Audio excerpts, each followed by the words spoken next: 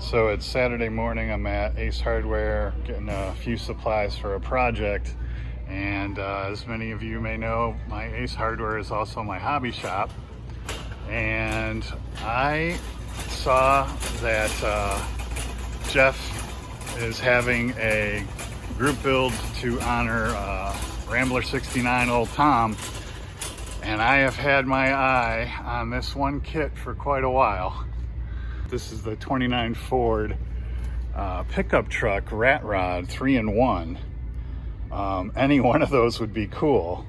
I guess I'll decide when, but I'm gonna grab that while I'm here. All right, there it is in the car stash, waiting until I finish the Whirlybird build. And then I'll get to that for our good friend, Old Tom, the original, Rambler69. Couldn't be a tribute for a better guy.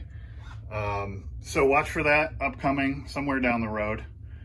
And as soon as I finish this, which I guess is supposed to be by September 5th. So, thanks again to Jeff for hosting. So stay tuned for that. And as always, thanks for watching and happy modeling.